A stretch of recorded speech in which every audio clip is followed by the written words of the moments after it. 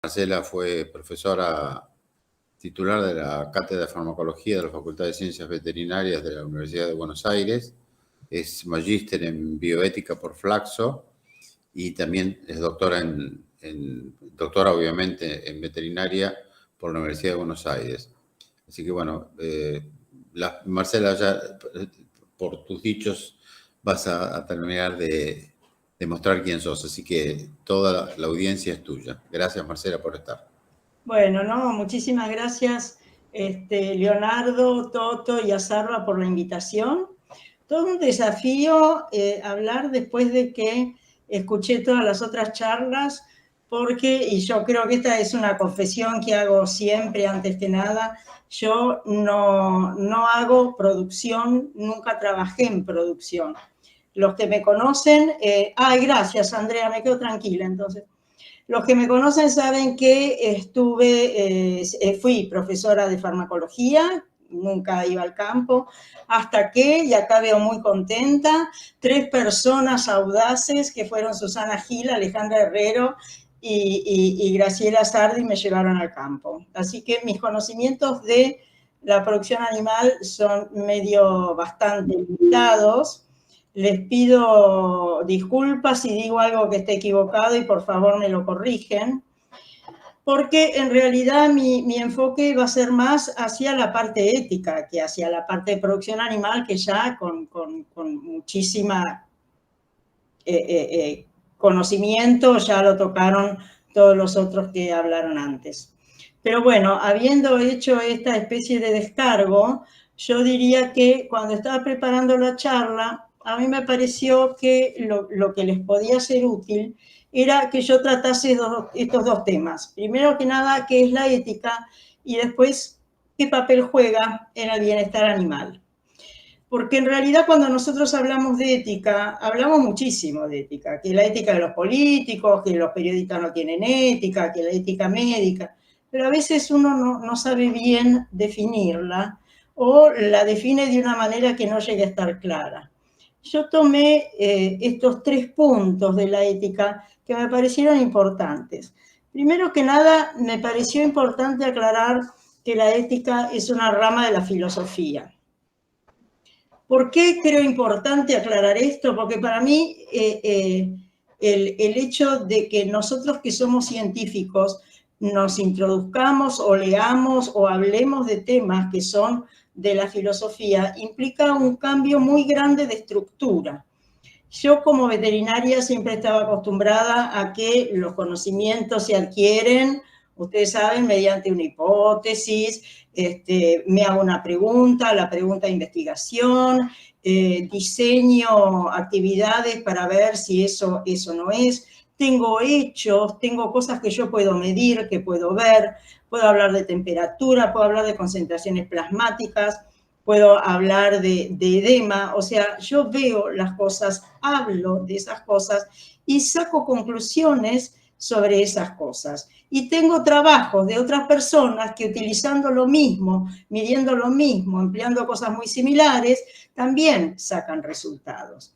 Ahora, esa estructura, y de hecho, si nosotros queremos salir un poco de este esquema, nos castigan y nos dicen, no, hay que seguir el método científico para generar conocimiento. Ahora, eso choca tremendamente con el desarrollo del conocimiento en filosofía.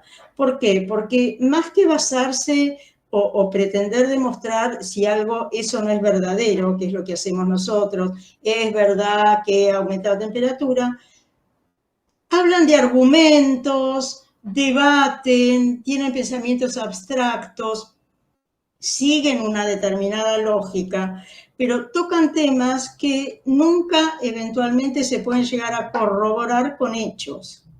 Y ese asunto a nosotros nos desconcierta muchísimo, porque uno dice, bueno, ¿cuál es la demostración? O cuánto más fácil sería si esto se pudiese demostrar.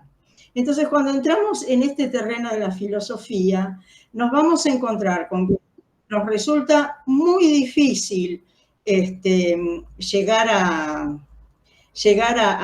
entender un poco los papers por la falta esta de fundamentación sobre hechos, y también nos cuesta mucho llegar a entender cómo es que tenemos que tomar esto, que muchas veces los mismos argumentos o sobre una misma pregunta salen cosas totalmente diferentes.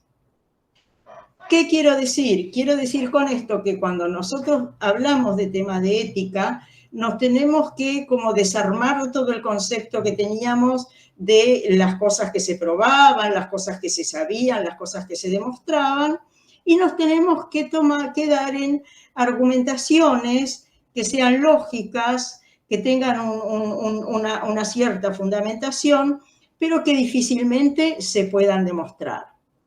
Entonces, sabiendo con qué nos vamos a encontrar, podemos decir que la ética es la reflexión sobre la conducta humana. O sea, ¿qué es lo que hacen los seres humanos, pero visto a la luz de los principios morales?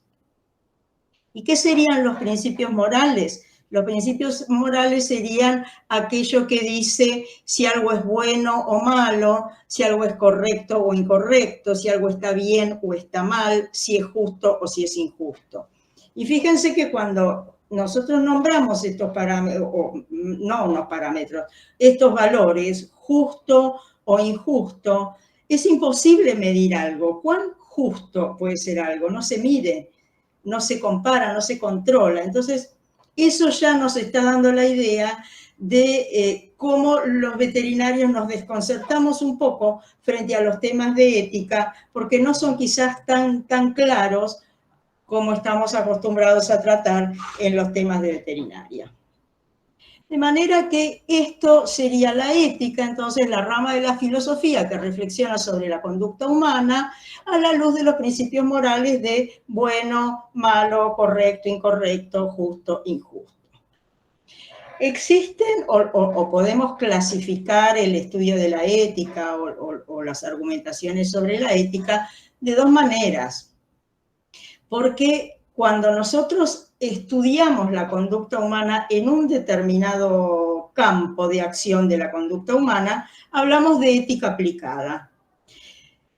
Pero la ética no nos deja así tan sueltos, sino que nos da algunas normativas, algunas teorías sobre cómo se debería actuar según estos principios morales, y esa sería la ética normativa, la que según determinadas teorías nos va a decir, bueno, en determinadas situaciones esta acción es la correcta, esta acción es la buena, etc.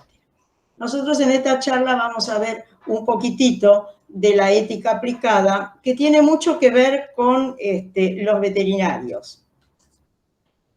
Todos saben que cuando nosotros nos matriculamos entramos en una ética profesional o de ontología, o que hay un código de ética o un código deontológico. Eso es una ética aplicada. Eso es un código donde un conjunto de profesionales ha pensado cuál es la manera que más nos gusta o que tendría que ser la correcta para el actuar de la profesión, y entonces han hecho toda una serie de pautas, y fíjense en el trato con los colegas, en el trato con la sociedad, con el ambiente, con los clientes, con los animales, etc. Todos ustedes que conocen un código deontológico saben a qué me refiero. Eso sería una ética aplicada a un campo profesional determinado, que es la veterinaria. Otra ética, y que es sumamente importante, es la ética que tendríamos que aplicar en la difusión del conocimiento científico. Nosotros somos científicos, o sea, no hace falta que uno ande investigando por ahí con biología molecular para denominarse científico. Nosotros buscamos, mediante el método científico, el conocimiento verdadero. Entonces, cuando nosotros estamos en nuestra profesión, utilizamos mucho los papers, los artículos, o publicamos, o sea, somos usuarios y responsables de una cantidad de artículos que todos nosotros leemos. Leemos porque queremos conocer, porque queremos actualizarnos, porque nos interesa el tema.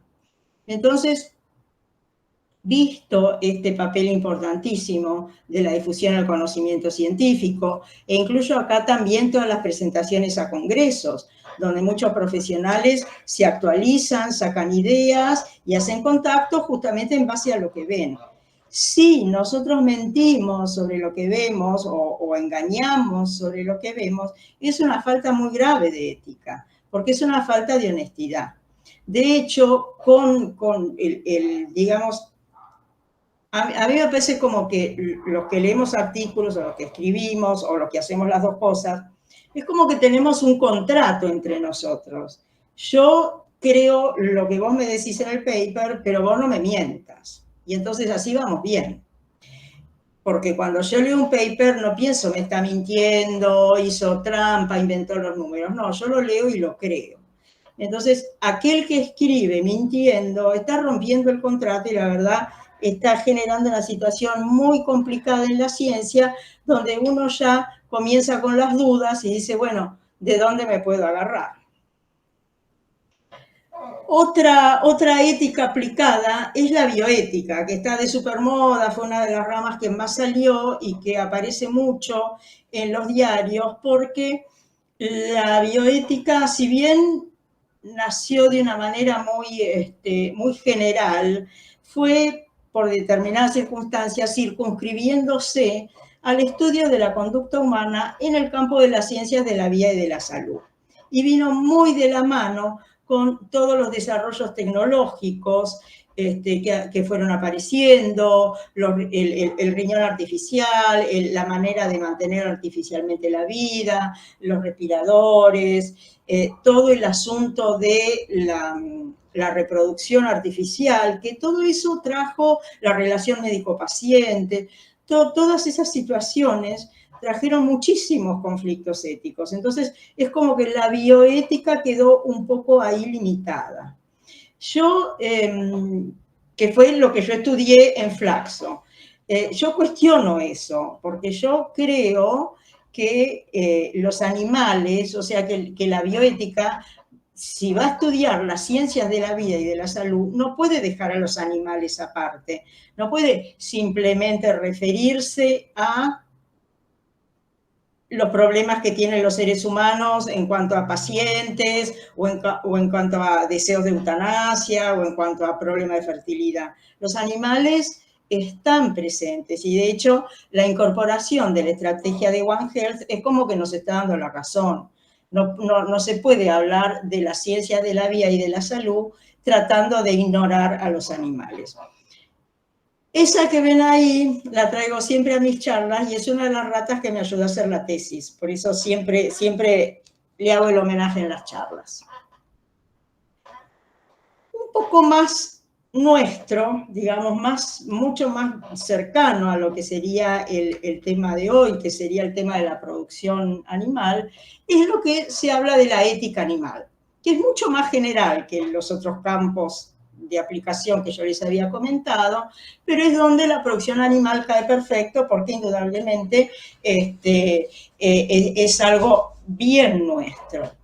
¿Qué es la ética animal? Y bueno, es la reflexión sobre la responsabilidad moral que nosotros tenemos hacia los animales, tomando a los animales como individuos. Fíjense que esto es un concepto que no va muy de la mano con la producción animal, porque en general estamos hablando de poblaciones. Yo me acuerdo cuando una vez entré en un galpón de pollos, la impresión de ver la cantidad de individuos, todos idénticos, todos iguales. O sea, no es un concepto que a veces uno en producción animal tenga del individuo, sino más bien de la población. Pero bueno, se reflexiona sobre los animales buscando entender qué deberíamos cambiar en nuestras relaciones con otros animales y por qué. Y eso es quizás lo que vamos a tratar de dilucidar en esta charla. Otro tema donde también estamos los veterinarios es la ética en la salud pública. Ustedes saben que la salud pública es una cosa totalmente diferente. Nosotros los veterinarios tenemos intervención en la salud pública y se aleja mucho la salud pública de lo que sería, por ejemplo, una práctica clínica. O sea, nosotros en una práctica clínica vamos a tener una relación médico-paciente, pero en una salud pública vamos a tener una población y vamos a tener un organismo, generalmente estatal, que va a determinar algunas líneas de acción según la situación en la cual estemos.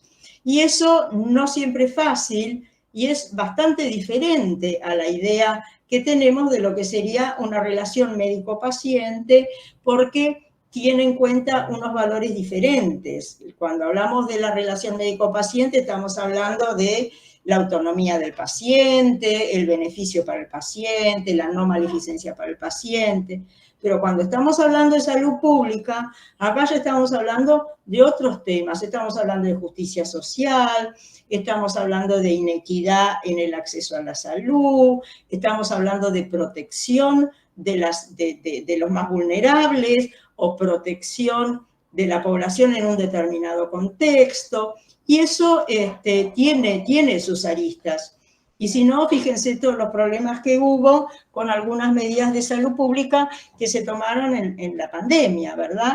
Y ahora, actualmente, con esto de la influenza, el rechazo que hay en una de las peores prácticas que nos toca a los veterinarios, como son los sacrificios sanitarios, ¿no? Yo siempre digo, a veces a los veterinarios nos toca bailar con la más fea, y bueno, es una cuestión muy complicada, la de los sacrificios sanitarios, que nosotros lo tenemos bastante incorporado, pero que cuando uno toma al animal como individuo y le da un valor determinado, como hace mucha gente de la sociedad, y bueno, realmente resulta una práctica bastante cuestionable. De manera que esas serían, en general, en relación, las éticas aplicadas bien profundo en relación a nuestro papel como veterinarios, y tendríamos una ética, que es la ética ambiental o la ética ecológica, que ya toma todo el medio ambiente. Y que increíblemente esa fue la idea original cuando se hablaba de bioética. Lo que pasa es que después se fue circunscribiendo a los seres humanos. Pero la ética ambiental o la ética ecológica, hay muchas vertientes, pero bueno, en general estudia la relación moral de los seres humanos con el medio ambiente y con sus contenidos no humanos. Entonces, esto nos estaría representando un poco el concepto de una salud donde estamos incluyendo el ambiente, los animales y los seres humanos, con la diferencia de que la estrategia de una salud hasta el momento tiene mucha más representación humana, es mucho más antropocéntrica que lo que se pretende desde la ética ambiental o la ética ecológica. Y me robé este dibujito, este esquema de un artículo que acá lo tienen como para no hacer plagio, donde realmente, fíjense que los veterinarios tenemos que conocer de estas éticas porque estamos en todo. Este es el esquemita de la influenza, del ciclo de la influenza aviar, la altamente patogénica, y fíjense que a nivel de, bueno, tenemos ya en las aves silvestres la presencia del virus. Bueno, acá tenemos la ética ambiental. ¿Qué es lo que vamos a hacer? ¿Vamos a matar a todos los patos de una laguna? ¿Eso va a traer algún problema ambiental? ¿Qué va a pasar con los peces? ¿Qué va a pasar con los que se alimentan de los...? O sea, todo un asunto donde el veterinario tendría que estar presente. Tenemos la producción animal, donde juegan el código profesional como corresponde a todo veterinario que defiende su profesión, y la ética animal. Tenemos aparte la ética clínica y la salud pública, donde vamos a hablar de este asunto de si matamos o no matamos a todas las aves del galpón, aunque estén sanas, aunque estén en periodo de latencia, aunque no tengamos la más mínima idea de qué es lo que está pasando. Y acá tenemos la bioética y la ética en publicación, porque nosotros los veterinarios también podemos intervenir en toda la investigación que se va a hacer en cuanto a qué es lo que está pasando, cómo se difunde el virus, cuál es la patogenia, cómo se puede tratar, etcétera, etcétera. De manera que todas esas éticas aplicadas en algún momento nos llegan. Lo que pasa es que uno no le pone el nombre de la ética, pero la tenemos que tener presente. Bien, no todas las acciones pueden ser vistas bajo la ética, ni la ética es la única mirada sobre una acción. O sea, no se crean que a partir de ahora solo tiene que ser ética. ¿Por qué? Vieron que mismo cuando hablamos de bienestar, uno habla, ¿no?, de los 3 pilares, la ciencia, la legal, la ética. Bueno, sobre determinadas acciones de los seres humanos también tenemos distintas miradas. Y de hecho los veterinarios tenemos una mirada sobre la producción animal muy distinta a la mirada que puede dar, por ejemplo, la ética de un filósofo.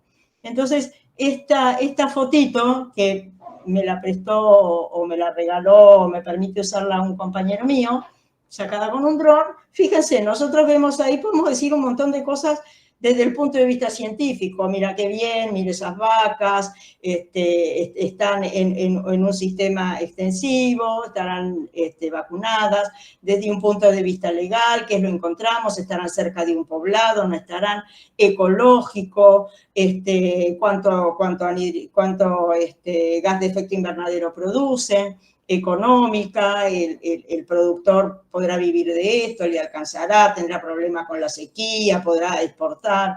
El consumidor, yo estoy de acuerdo en comer vacas, qué desastre los que comen vacas. Y la ética, que también opina. Y empieza sus preguntas con deberíamos. Deberíamos hacer esto, deberíamos hacer lo otro. No podríamos, porque no siempre lo que se puede hacer deberíamos desde la ética.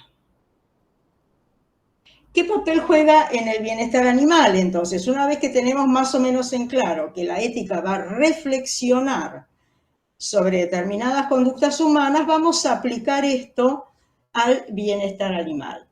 Y en realidad, la ética se hace preguntas sobre nuestro trato. Yo puse con los animales en producción, de experimentación, de recreación, porque creo que es importante que sepamos que las preguntas éticas o los debates éticos o los activismos animales no se dirigen solo a los animales que creamos para consumo, sino que también toman otro tipo de animales, como sucede con la experimentación biomédica, como ustedes vieron que sucedió con los zoológicos y como ustedes vieron, por ejemplo, que sucedió con la ley de galgos cuando hubo toda una movida para anular las carreras y entonces sale la ley de galgos. O sea, los animales en producción no es lo mismo que objeta parte de la sociedad. Pero la sociedad se hace preguntas y fíjense que la primera pregunta que surge desde los valores morales, o sea, que es la reflexión de la ética, es una pregunta que nunca nos hemos hecho desde el estudio del bienestar animal, que es este. ¿Es justo usar animales en nuestro provecho? O sea, nosotros estamos utilizando animales, usándolos como objetos para nuestro propio beneficio. Entonces, esa es la pregunta que no se hace el bienestar animal, porque el bienestar animal parte del sí. Porque el bienestar dice, bueno, yo tengo a los animales en producción, ¿cómo puedo mejorar? ¿Cómo puedo ver qué es lo que necesitan? ¿Cómo puedo cubrir los 5 dominios? Etcétera, etcétera. Pero esta pregunta, ¿es justo o está bien usar animales en nuestro provecho? Es una pregunta que se hace la sociedad. Y fíjense que yo ahí les puse que hay muchos espectros de respuestas. Hay desde un no rotundo hasta un sí con condiciones y un sí, pero que nunca llega a ser un sí, más sí, que importa, hagamos lo que querramos con los animales. Pero hay mucha diferencia entre uno que dice no podemos usar animales en nuestro provecho y otro que dice sí. Y uno dice, bueno, ¿de qué dependen estas diferentes respuestas? ¿Por qué hay gente que dice que sí y gente que dice que no? Y entonces las respuestas van a depender del estatus moral que le demos a los animales. Y ahí naufragamos todo porque ¿qué es el estatus moral? ¿Qué entendemos por estatus moral? Que es un concepto muy de ética. Por estatus moral, cuando nosotros reconocemos que a un ser, a un individuo, lo podemos dañar o podemos afectar sus intereses de alguna manera con nuestras acciones o con nuestras omisiones, decimos que tiene estatus moral o decimos que pertenece a la comunidad moral. Como para hacerla más fácil, si yo le doy una patada a un gato, bueno, está mal, Marcela, dejate de patear al gato. Ahora, si yo doy una patada a una pelota o doy una patada a una roca, no hay ningún problema. ¿Por qué? Porque ni la pelota ni la roca tienen ningún tipo de interés. En cambio, el gato no quiere sufrir. El gato es capaz de sufrir. El gato tiene interés en no sufrir. Llámese gato, llámese pájaro, llámese vaca, llámese cualquiera capaz de sufrir. Bueno, básicamente el interés es no sufrir. Entonces, si yo puedo afectar el bienestar de alguno de los animales, justamente porque tienen interés en no sufrir, o en no pasar hambre, o en todas las cosas que nos tiene perfectamente desplegado el esquema de los 5 dominios, y bueno, entonces ese individuo yo digo que tiene estatus moral. Y cuando le reconozco estatus moral a un individuo, ya las cosas cambian. Ya no puedo hacer lo que quiera, ya no da lo mismo que lo patee o que no lo patee, mate o que no lo mate. Entonces, cuando el individuo tiene estatus moral, las cosas cambian. Y ese es justamente el kit de la cuestión en el cambio que hubo con los animales. Se los dejó de tratar como cosas y se empezó a pensar si no tendrían una cierta función en nuestra comunidad moral, si realmente ellos no son también seres morales, si podemos actuar mal con ellos. Hubo muchas respuestas, como ya les dije, del no a distintas, al sí con condiciones, y yo les traje para comentar las que más tocan a la producción animal. Y fíjense que las distintas posturas que les traje van a demostrar esto que yo les digo, que los conceptos filosóficos no son cerrados y empaquetados como los nuestros, son muy variables según las distintas argumentaciones. De los que dicen que no, y un no rotundo, o sea, no podemos usar animales a nuestra conveniencia ni para nuestro beneficio, está digamos, el filósofo que más bregó por los derechos de los animales, que es Tom Regan, que murió hace poco. Él hizo un libro bastante pesado, bastante amplio, sobre por qué consideraba que los animales tenían derecho. Se define como abolicionista y fíjense cuáles son las posturas que Tom Regan tiene.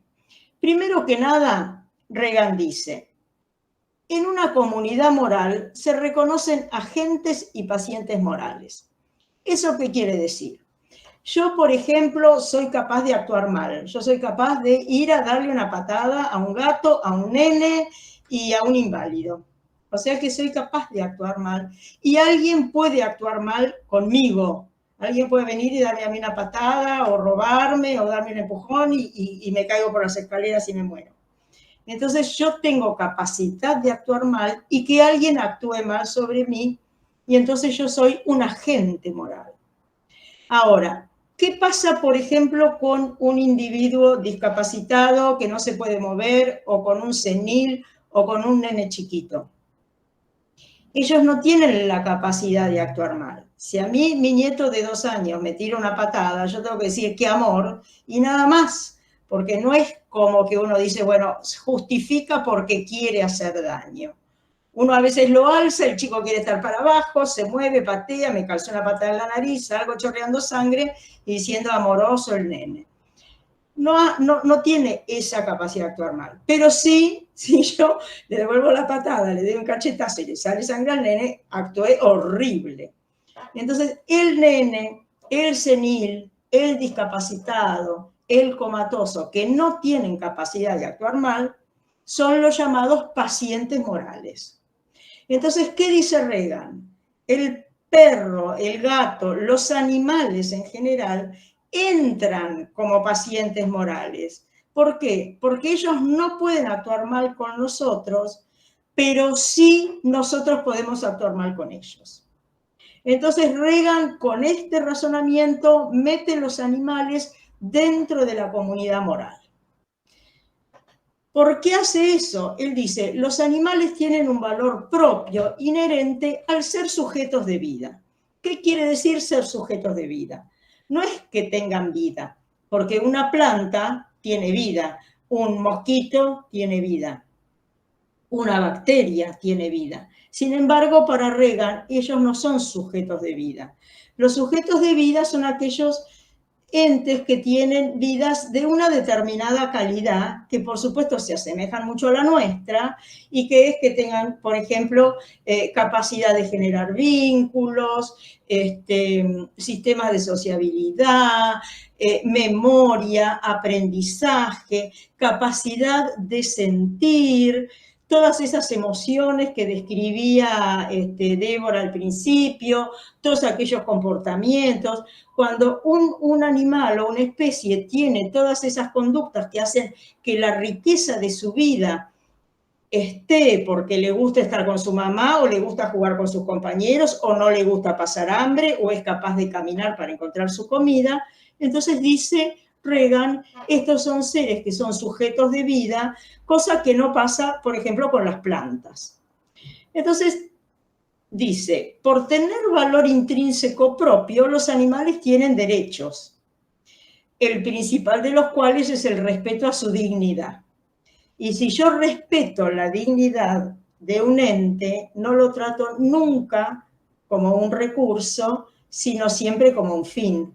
No lo voy a usar si yo respeto su dignidad.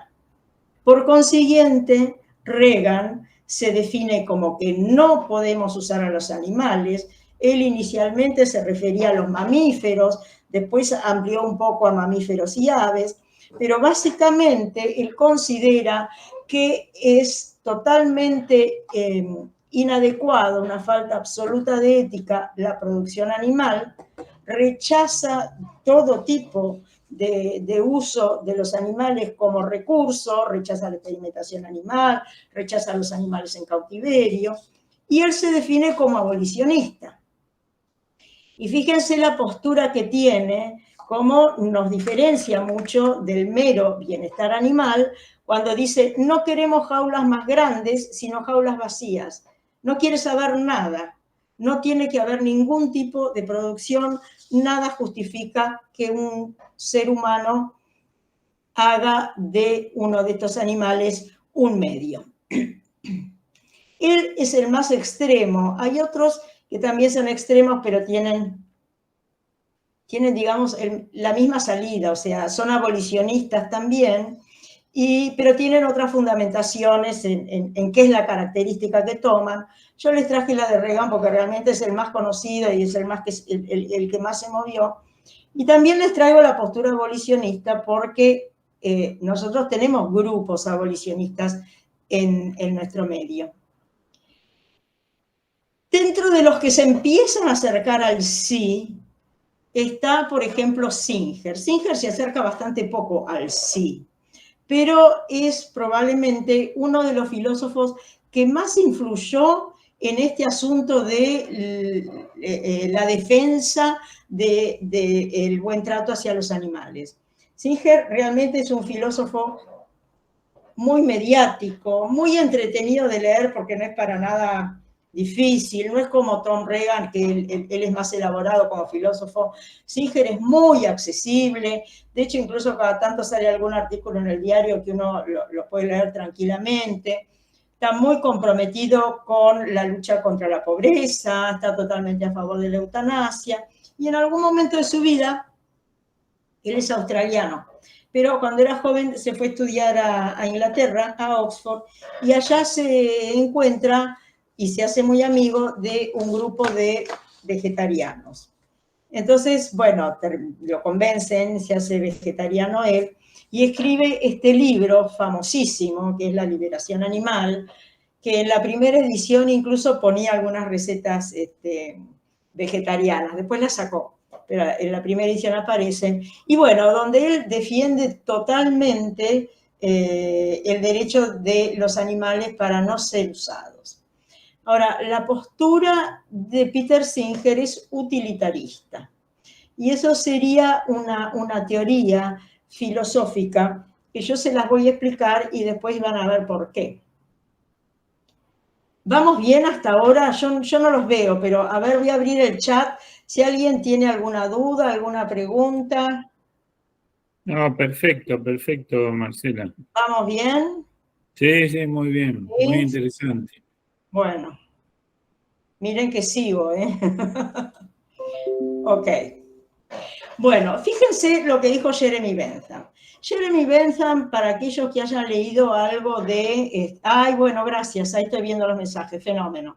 Igual cualquier cosa, ahora que veo que me aparecen los cartelitos del chat, cualquier cosa que quieran comentar, mándenla que me salen y los veo.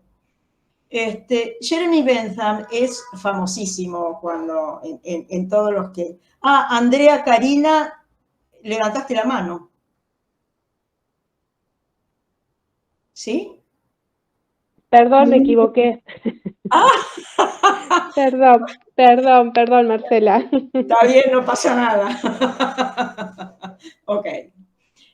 Bueno, volviendo a Jeremy Bentham, que fíjense ustedes de qué época es, ahí le puse los años, siglo XIX. Jeremy Bentham está muy nombrado en todas aquellas, cada vez que hay una conferencia de cómo hay que tratar a los animales y si tienen estatus o no moral, estatus moral o no los animales y qué tenemos que hacer con los animales en la experimentación, salta Bentham, que es el que dijo que lo importante no era si tenían un discurso o si razonaba, sino que lo importante era que si eran capaces de sufrir, cuando él hablaba que los animales tenían que tener una cierta protección.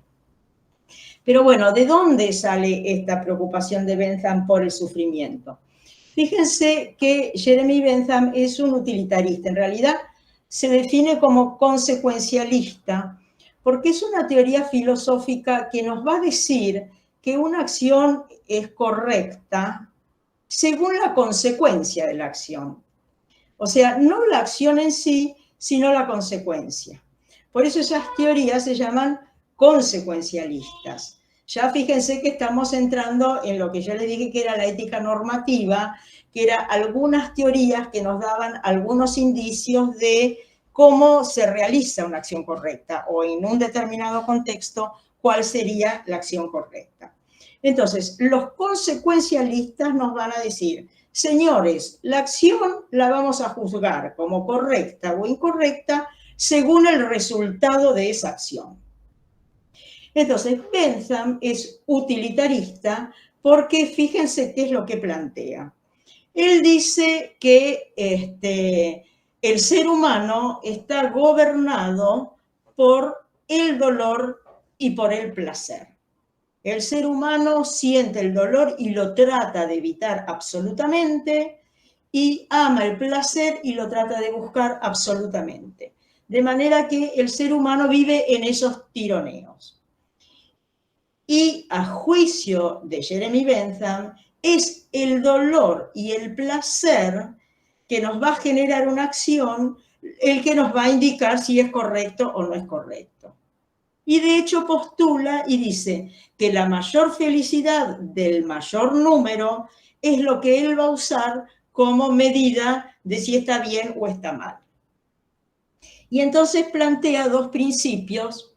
Uno es el principio de utilidad y es el que nos dice cuándo una acción es correcta, cuando genera la mayor felicidad. Si yo tengo dos acciones y tengo que decidirme entre esas dos, bueno, tengo que ver la que genera mayor felicidad. Si yo tengo que elegir entre regalar a alguien 1.000 pesos y regalar $1.000.000, y bueno, indudablemente la más correcta es la que voy a regalar $1.000.000, porque es la que va a generar más felicidad. Ahora, para eso, fíjense que yo tengo que haber hecho una especie de balance o un equilibrio o una comparación entre las dos acciones. Y tenemos que tener en cuenta cuando hacemos ese balance, ese equilibrio, todas las cosas buenas que van a generarse de esa acción, así como todas las cosas malas. Por ejemplo, yo sé que si regalo $1.000.000 va a estar mucho más contento aquel privilegiado al cual le voy a regalar. Pero a lo mejor, si yo regalo 1.000 pesos, yo sigo viviendo bien. Pero si regalo $1.000, voy a ir presa porque los voy a tener que haber robado. Entonces, dentro de las consecuencias de la acción, yo tengo que ver la alegría del señor que recibió el $1.000.000 versus mi angustia porque fui presa, o la alegría de alguien que recibe 1.000 pesos de arriba y mi tranquilidad porque lo único que hice fue sacar los 1.000 pesos de la cartera. ¿Sí? De manera que fíjense que estamos viendo todo lo bueno y todo lo malo, que es la consecuencia de la acción. Y otra cosa que dice Bentham es, bueno, cuando empezamos a hacer este equilibrio de lo malo para Marcela, lo bueno para este buen señor, todos cuentan como uno. O sea, Marcela cuenta uno y el señor cuenta uno. No hay diferencias, no hay alguien que valga más que uno, no hay alguien cuyo interés valga más que el del otro. Todos somos iguales. Y eso es un concepto muy de avanzada de Bentham, porque en aquella época, ¿se acuerdan que las mujeres no tenían derechos, los homosexuales estaban mal vistos, había esclavos? Entonces, él establecía que éramos todos iguales. Este principio utilitarista es muy importante porque ustedes van a ver que es de los principios que aplicamos muchas veces cuando pesamos las consecuencias de una acción o cuando hacemos los análisis de riesgos, que ponemos todos los daños de un lado, todos los beneficios del otro, y bueno, vemos qué es lo que sucede. Ahora, ¿cómo llevamos este concepto utilitarista a los animales? Bueno, eso es lo que hizo Singer. Singer dijo, muy bien, esto del dolor y del placer es importante, yo soy utilitarista, y entonces fíjense, reconoce que la capacidad de sufrir y de disfrutar es un requisito para tener intereses, o sea, yo tengo interés en no sufrir, yo tengo interés en comer cuando tengo hambre, yo tengo interés en estar abrigada cuando hace frío, y tengo mucho interés en tener sombra cuando hay un sol rajante. Entonces, tengo intereses si soy capaz de sufrir y disfrutar.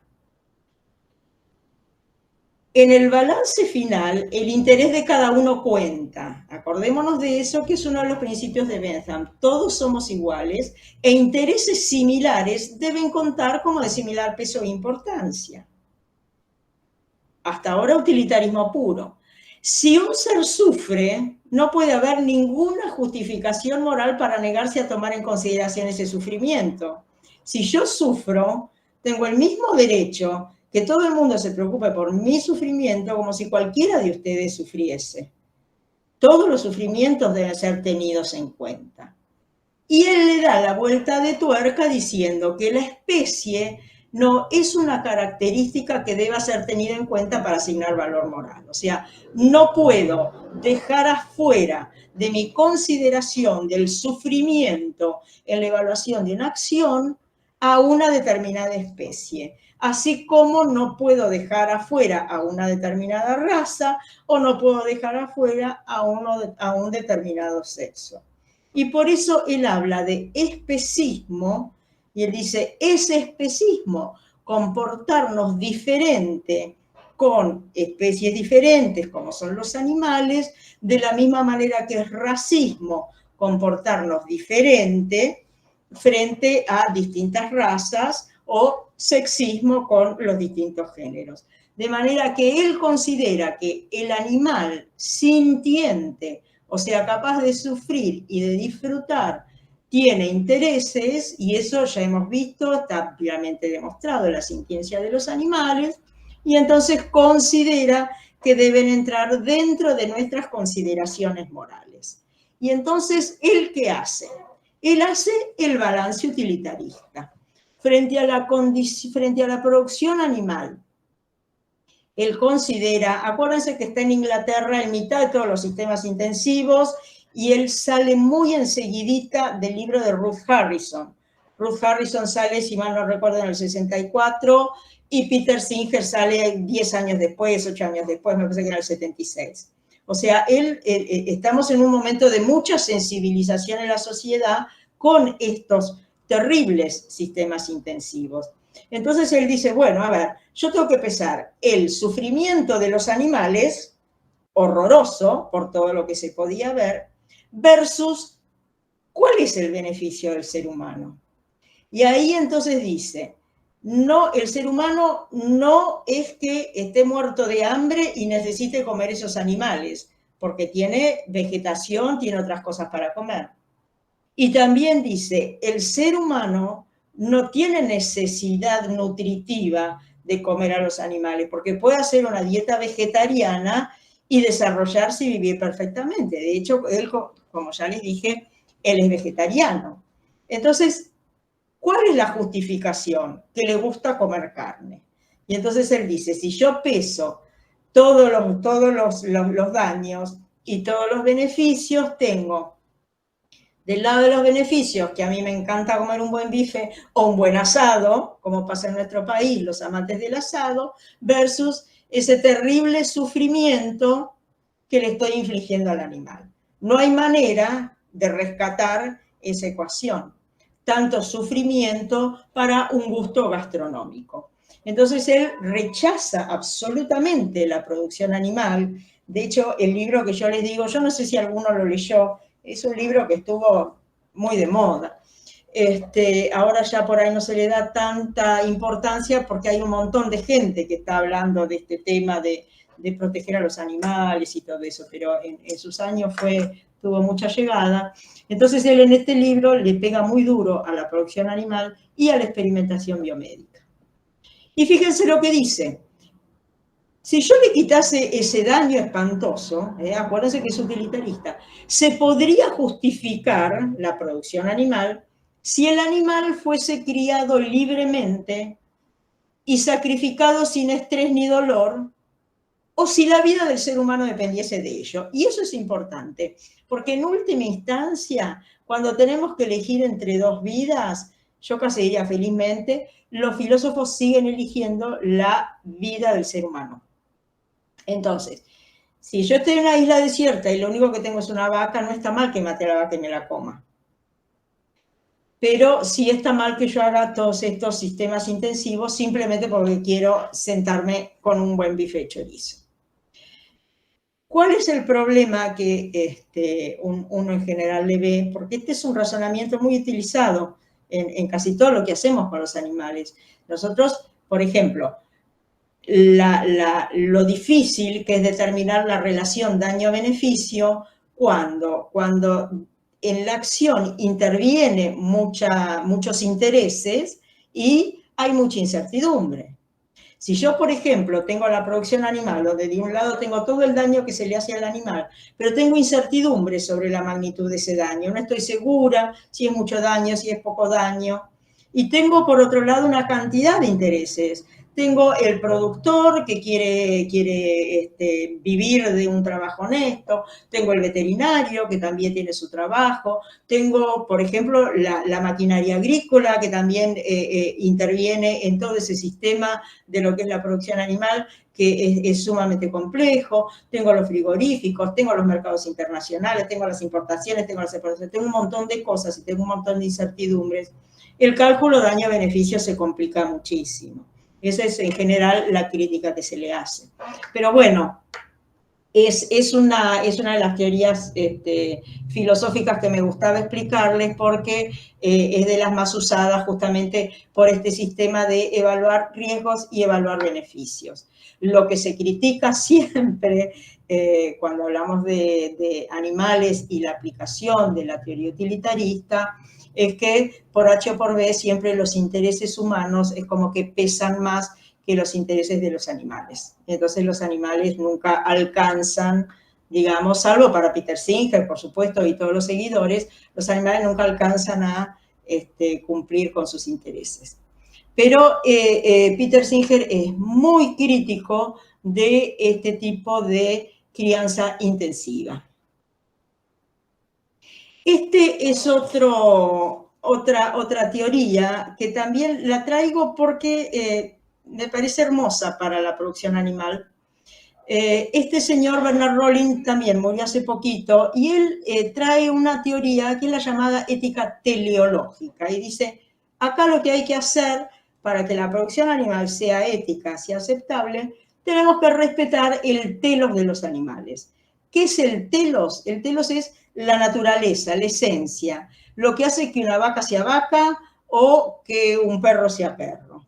¿En qué sentido? Si yo, por ejemplo, si nosotros pensamos que una vaca está destinada, el fin de la vaca es crecer, desarrollarse, mantenerse en vida y eventualmente reproducirse, y bueno, los mecanismos por los cuales la vaca crece, se desarrolla y se reproduce. O sea, la vaca va a buscar la comida, va a caminar, la vaca va a rumiar, que es algo que nunca le pediríamos, por ejemplo, a un cerdo. Jamás le vamos a decir el cerdo tendría que rumiar, porque la esencia del cerdo, su naturaleza, no está destinada a la rumia. Entonces, cada animal o cada especie tiene una naturaleza que tiende a que cumpla con su función, pero de una manera específica. Iría muy de la mano con lo que nosotros llamamos dentro de los 3 conceptos de Fraser, los comportamientos naturales, lo que nosotros consideramos el comportamiento natural. Y entonces, ¿qué dice Rowling? Rowling dice, señores, mientras se respetó el antiguo contrato que teníamos con los animales domésticos, todo andaba bien. ¿Cuál era el antiguo contrato? El antiguo contrato era, bueno, yo respeto el telos de los animales, yo respeto que las ovejas estén sueltas, que coman paja, que comen pasto, que estén con sus corderos, o sea, respeto su vida natural y ella me da lana, me da leche, me da carne. Yo la cuido de su salud, que no pase hambre, que no pase frío, que no la ataquen los perros, que no la ataquen los depredadores, y entonces después eventualmente le voy sacando lana, le voy sacando leche, y un día la mato y me la como. Y eso era aceptable. Eso era el antiguo contrato, lo que se hacía antes. ¿Qué se hizo ahora? Con la intensificación, con las comidas con antibióticos, con todas las prácticas o técnicas que, bueno, ustedes conocen mucho más que yo, así que ni voy a pretender hablar. Entonces, con todos esos cambios, el antiguo contrato se rompió y ya nuestra actitud hacia los animales es muy diferente. Y entonces, eso está mal. Eso está mal. Eso es lo que Rowling ve como inconveniente. Él dice que con los sistemas de producción de ahora, en lugar de poner las perchas redondas en agujeros redondos, estamos tratando de poner perchas redondas en agujeros cuadrados. A los animales los estamos metiendo en unos lugarcitos chiquitos, con luz de día, con un medio totalmente artificial, con comidas artificiales, etc. Entonces, eso es lo que criticaba. Bueno, ahora ya está muerto. Criticar Rowling valoriza la naturaleza de los animales y este antiguo contrato del hombre con los animales.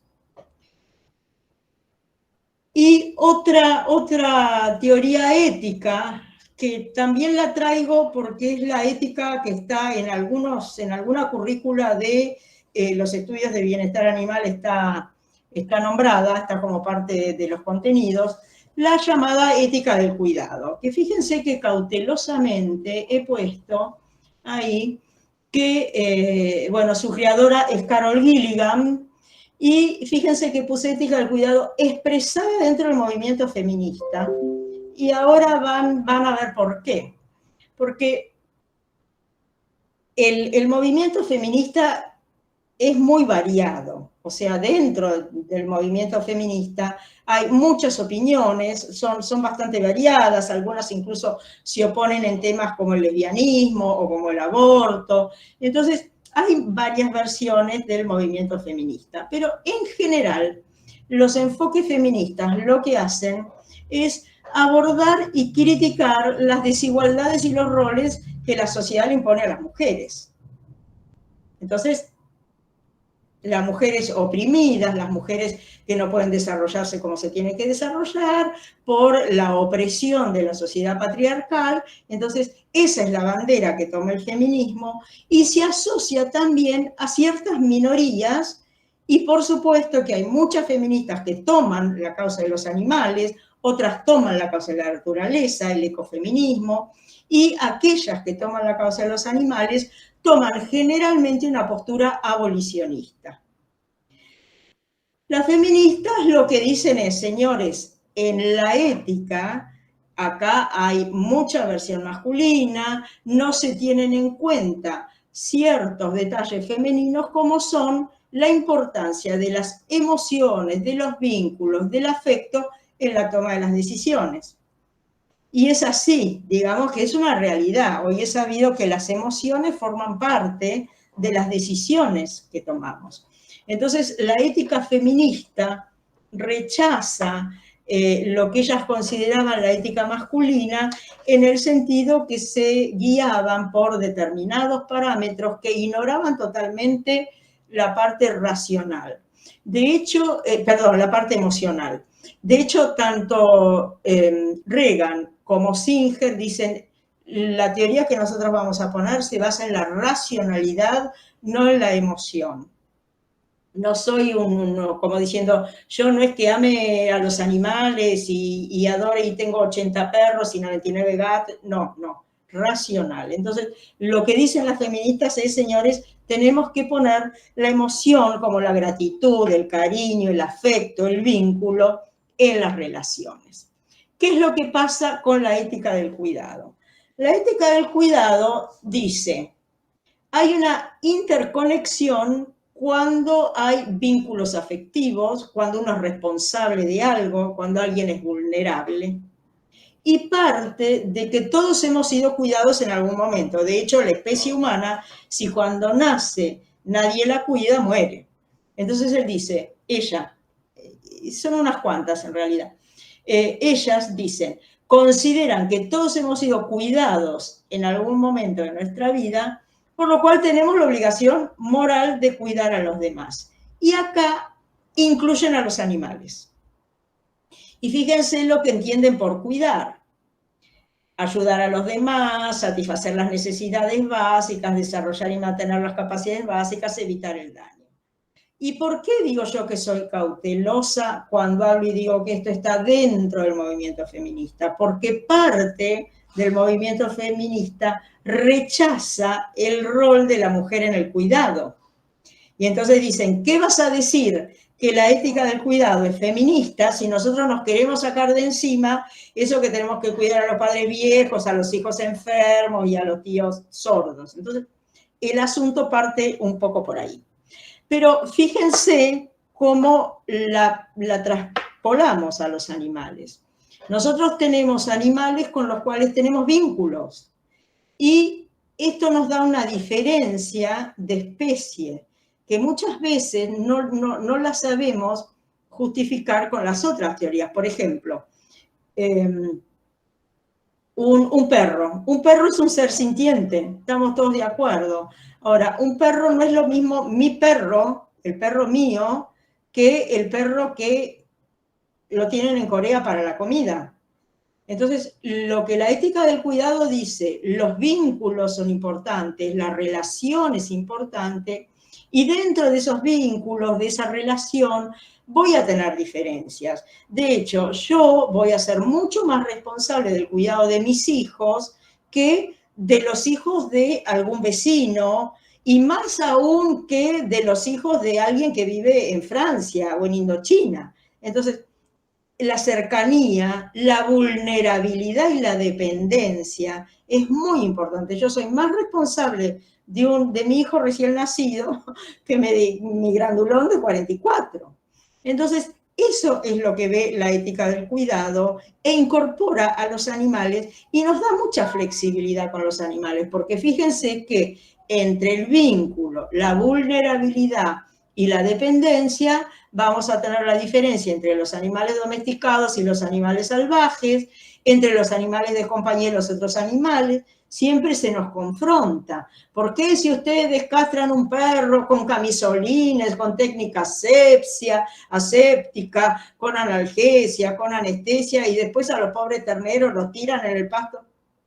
Hay diferencias, esto es lo que contempla hasta cierto punto la ética del cuidado, y también considera límites morales a la obligación de cuidar a los demás. Yo tengo la obligación de cuidar, pero hasta cierto punto. No me puedo perjudicar yo, no puedo perjudicar a los que dependen de mí, etc. Y fíjense cómo en la foto, esta foto también es de un compañero mío, es del mismo pobre que me dio la del dron, que yo le pedí permiso porque digo, fíjense qué increíble, esto es un vínculo afectivo que se puede tener con una vaca tranquilamente, porque realmente existe y como muy bien, creo que lo comentó Débora o alguien, en su última descripción de los 5 dominios, Mellor pone como muy importante dentro de los dominios, dentro del cuarto dominio, el del comportamiento, las relaciones de los animales con los seres humanos. No solamente con su especie y con otras especies, sino que separa a los seres humanos. Y cómo influye el vínculo de los seres humanos con los animales, se ven muchísimas especies. De hecho, se ve hasta en los animales de experimentación que los ratones frente a determinados técnicos se estresan más y frente a determinados técnicos se estresan menos, y lo pueden ver por una cantidad de situaciones que, bueno, ustedes sabrán mejor que yo lo de la prueba de fuga, la distancia de fuga y esas cosas. De manera que esto sería la ética del cuidado. Y la última consideración que va de la mano con la ética del cuidado, fíjense, una es Lila, que es la gata de mi nieta, la otra soy yo. Cuando mi nieta se va de viaje, Abue tiene que ir a darle de comer a Lila. Fíjense cómo me recibe Lila, Lila enloquecida, grita, salta, me abraza y después va y come. Ahora, si yo no voy a darle de comer a Lila, probablemente Lila, yo no voy a decir que se muera, pero se puede morir tranquilamente porque no tiene cómo conseguir su alimento, no tiene cómo salir del departamento, todo está enrejado, si nadie le escucha. Si yo no voy, Lila muere. No sucede lo mismo con el león, que se arregla solito perfectamente, que no tiene ningún interés en que Abue vaya a darle de comer. Yo tengo la misma obligación hacia uno que hacia otro, no. Entonces, tengo una obligación especialísima hacia Lila, porque yo soy la única que tiene la llave del departamento, que le va a poder abrir y que va a poder entrar a darle de comer. No es la misma obligación que tengo, por ejemplo, hacia los gatos de la calle o hacia los gatos que tienen otros conocidos que están con sus dueños y les dan de comer. Existe dentro de la filosofía lo que se llama obligaciones morales especiales, y son determinados grupos o determinadas subpoblaciones que por ciertas circunstancias uno tiene mayor obligación. El contexto de Lila, que está sola, encerrada y que no hay quien le vaya a dar de comer más que yo, me crea a mí una obligación moral especial. El hecho de que nosotros seamos veterinarios y que hayamos estudiado cómo son los animales, cómo se manifiestan, sepamos que sienten dolor, sepamos cómo aliviárselo, nos crea una cierta obligación moral especial hacia los animales, porque somos los que sabemos cómo hacer esas cosas, somos los que hemos estudiado eso. Y una última consideración, que serían dos conceptos importantes que tenemos que tener en cuenta. Fíjense ahí lo que pongo. Dale de comer a las vacas porque tienen hambre y dale de comer a las vacas porque si no disminuye la leche. En las dos situaciones yo estoy diciendo dale de comer a las vacas. No les pegues para subir al camión porque les duele, no les pegues para subir al camión porque arruinas la carne. No les pegues. Sin embargo, si nosotros lo vemos desde otro punto de vista, fíjense que en este caso yo estoy hablando de que la vaca tiene hambre o que a la vaca le duele. Es una característica propia de la vaca. La vaca es capaz de sentir hambre, la vaca es capaz de sentir dolor. Cuando yo tomo esa razón, estoy hablando del valor intrínseco o propio del animal. Y reconocerle este valor intrínseco me genera una obligación directa. ¿En qué sentido? Yo sé que le duele, entonces yo tengo obligaciones hacia ese dolor. ¿Qué es la diferencia con la otra postura? Disminuye la leche o se arruina la carne. No tiene nada que ver con lo que siente el animal o con lo que le pueda pasar al animal. Tiene que ver con la producción, tiene que ver con la parte económica, tiene que ver con que si se arruina o no se arruina la carne, pero no tiene que ver nada con el animal. Y entonces ahí estamos hablando del valor extrínseco o el valor instrumental que nos genera obligaciones indirectas. ¿Por qué? Porque no las genera el propio animal. Y de hecho, el día que algún chef descubra que la carne golpeada con helecho y cilantro es un bocado de los dioses y sea el plato de autor más famoso y más caro y más rico del mundo, bueno, a nadie le va a importar si le pegan o no le pegan, porque no nos va a generar daño económico. Entonces, desde el punto de vista moral, desde el punto de vista del fundamento de mis acciones, es muy importante si yo estoy aplicando un valor intrínseco o un valor extrínseco. Si yo estoy considerando que el ente o el ser al cual me estoy dirigiendo tiene un valor intrínseco o si tiene un valor extrínseco. Y ese valor extrínseco sale con esta teoría, que es el de las obligaciones indirectas, que para vuestra tranquilidad es la última que les comento, pero que también van a ver por qué es importante.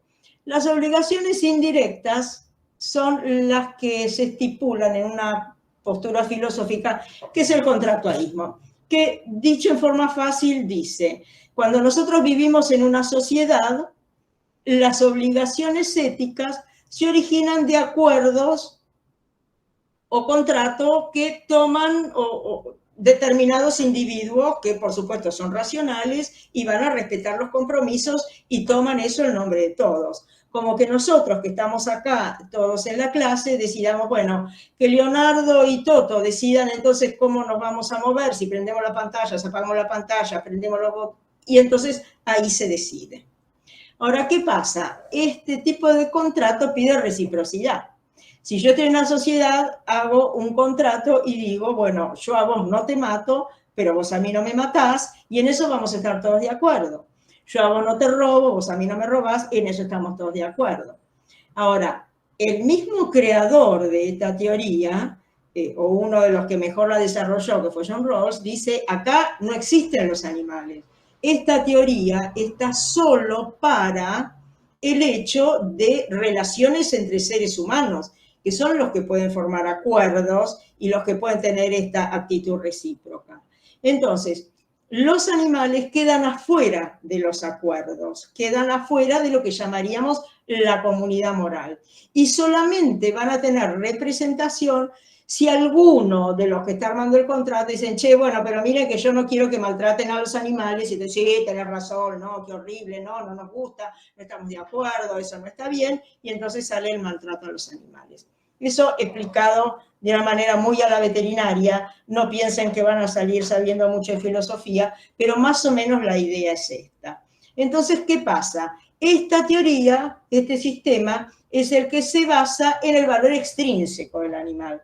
Y nosotros vamos a actuar y vamos a hacer determinadas cosas por el valor extrínseco del animal, no porque nos importa el animal en sí, lo que piensa, lo que sufre, lo que siente, sino por lo que él representa para nosotros. Y entonces, por supuesto que aceptan la crianza de los animales, porque nuestra sociedad acepta la crianza de los animales, pero es la sociedad la que le va a dar los límites. Entonces, y eso puede ir cambiando. Por ejemplo, en este momento nuestra sociedad pide un mínimo de bienestar, puede haber un estándar para el sacrificio, puede haber determinadas condiciones. Todas esas pautas que va dando la sociedad se incorporan y son las que vamos a aplicar sobre los animales. Pero no porque los animales se lo merezcan, sino porque nosotros como sociedad se la queremos dar. Y fíjense que hay mucha reglamentación que se basa en las obligaciones indirectas. El Código Civil y Comercial, tan nuevito como es, igual dice que los animales son propiedad. Si yo me robo una vaca, a la vaca no le estoy haciendo ningún daño porque me la robe. Estoy jorobando al dueño de la vaca que se la robé.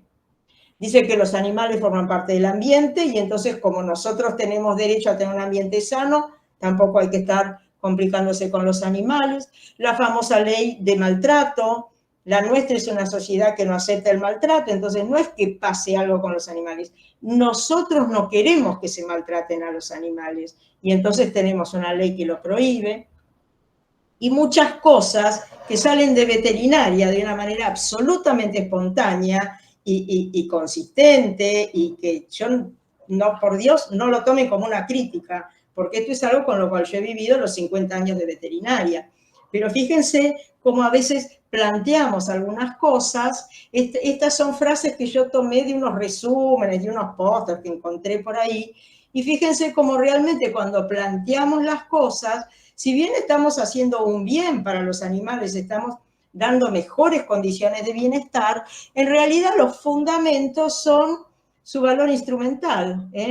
Tenemos que evitar el impacto económico que la enfermedad tiene en los tambos, asociadas a severas pérdidas económicas, entonces hay que darle buena nutrición, perjuicio, se afecta la calidad del huevo. Entonces, en ningún momento el animal tiene el derecho a estar bien alimentado, el animal tiene el derecho a que se le prevengan las infecciones. Siempre en este tipo de escritos nosotros vamos a ver que se tiene en cuenta el valor instrumental. Y lo más gracioso, cuando yo leí la Estrategia Regional del Bienestar Animal para las Américas, fíjense que ponen que el principal objetivo es llegar a niveles altos y sostenibles de producción y productividad de alimentos de origen animal. O sea, no es el principal objetivo proteger al animal, cuidarle que esté cumplidas todas las necesidades en todos sus dominios. No, estamos allá en eso. Por eso la producción animal tiene un cariz muy especial, que esto está totalmente aceptado por la sociedad y que algunos critican notablemente, sobre todo los abolicionistas. Bien, resumiendo, como para ir cerrando y que a Leonardo no le dé el ataque porque me pasé unos minutos. Hay distintos enfoques sobre la consideración moral que tenemos que tener con los animales y esos distintos enfoques nos dan diferentes fundamentaciones y grados de compromiso. Por ejemplo, el grado de compromiso que me da esta última teoría, el de las obligaciones indirectas, es muchísimo más laxo y mucho más contingente que el grado de compromiso que me puede dar, por ejemplo, la idea teleológica, el antiguo contrato que nos proponía Rowling y, por supuesto, nada que ver con el abolicionismo de Reagan. Pero fíjense que todos reconocen que tenemos obligaciones. El viva la pepa con los animales, hagan lo que quieran, a mí no me importa nada, eso no es verdad, no existe. Cuando desde algunos grupos activistas dicen favorecen la explotación, favorecen la esclavitud, son sádicos, no, en ningún momento eso está sobre la mesa. El estatus de ser sintiente que hoy tienen los animales, le puse vertebrados, pero saben que ya estamos incursionando con la sintiencia en invertebrados, pero el estatus de ser sintiente que hoy tienen los animales cambió la mirada de la sociedad. Y ahí, de hecho, todos nosotros sabemos que todo este asunto del bienestar animal sale de la preocupación de la sociedad, no de los científicos. La sociedad es la que empieza a hablar, empieza a decir. Y por supuesto, ¿qué es lo que mira la sociedad? La sociedad siempre piensa que la vida natural es la mejor y se la imagina así como este iconito que encontré en la red, donde los terneritos corren sobre un prado fabuloso, acá no hay sequía, nunca pasó nada, todo está divino.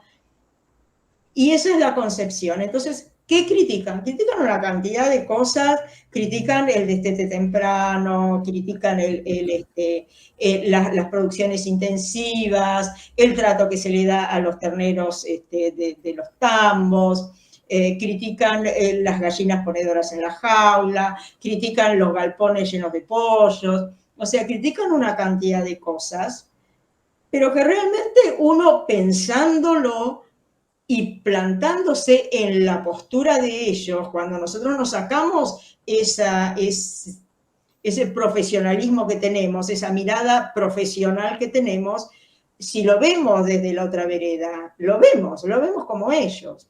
Por eso yo creo que es tan importante tener en cuenta dónde se paran, dónde se fundamentan aquellos que hacen algún tipo de críticas. De manera que la sociedad critica muchísimo muchas de las cosas que se hacen en la producción animal. Por supuesto, desde el ambiente cada vez pegan más duro el asunto de los gases de efecto invernadero, la contaminación de las aguas, eso ya está totalmente instituido. Y con el asunto de la pandemia y el COVID y ahora la influenza, la salud pública también está protestando. Desde la salud pública se protesta sobre los animales en crianza intensiva, cómo se puede entrar en contacto todo el tiempo animales e ir contagiándose, el bendito spillover de las especies salvajes. Por supuesto, la enorme crítica sobre las matanzas sanitarias. Nosotros antes le decíamos el rifle sanitario, ahora se habla de sacrificio sanitario, porque ya no se está tanto con rifle, por lo menos a las aves.